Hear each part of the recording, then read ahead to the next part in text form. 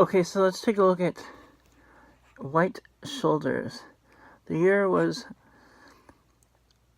1945 when this was released. They started toying with it in 1943. This was made by the fragrance house that was American, Evian. And they went out of business sometime in the 70s or 80s, I believe. And now it's owned by Elizabeth Arden. So, White Shoulders.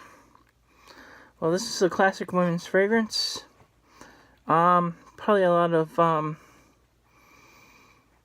older women would have worn this back in the day. So let's take a look at this. Now, I haven't done a woman's fragrance review in a while, so I wanted to go through this one. Now, this is a new version, so I don't have the vintage, unfortunately. I'll get into that in a minute. So I got the dry down on this hand, and let's do the opening on here.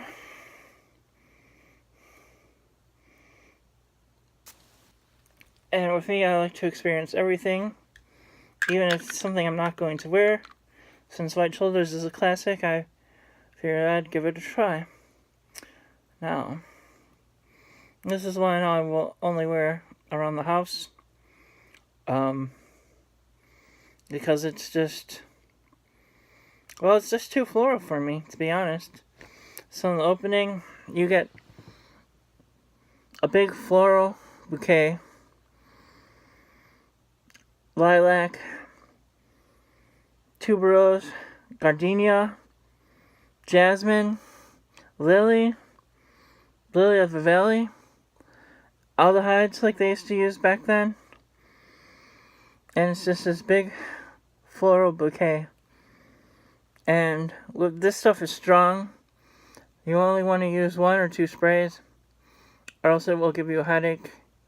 Or it gives me a headache, at least, because white florals, for some reason, if I spray too much of them, they get way too cloying for me. So in the beginning, we have a powdery floral bouquet. Now, I'd be interested to see what the vintage is like. It says in the dry down it has amber, musk, and it said it had oak moss and civet, which is an animalic note, but really what I get in the dry down is just kind of a musky powderiness. But definitely the opening is very strong, very floral, very aldehydic. I like some aldehydic type of stuff, like Chanel No. 5.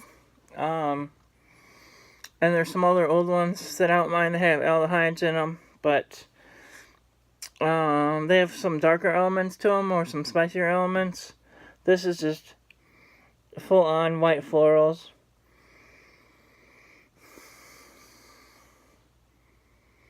Full-on white florals. Yeah, I'd be interested to see what the vintage is like, because I'd like to smell the civet and the oak moss, because I do not smell it in dry down on the new version.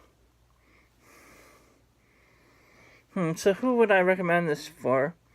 Well, this is definitely not a gender bender, so for men, I wouldn't wear this one.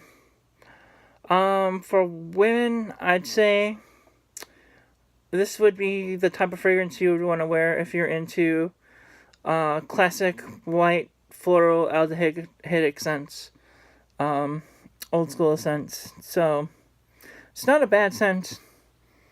I really would like to smell a vintage, kind of floral, powdery. Not bad at all. So that's White Shoulders, 1945. Check it out, and I'd recommend trying to find a vintage version, because I'm sure it's probably better than this Elizabeth Arden version. I can't vouch for that, because I don't have a vintage version yet, but I'm pretty sure vintage is always better. Alright, I'll talk to you guys later. Bye.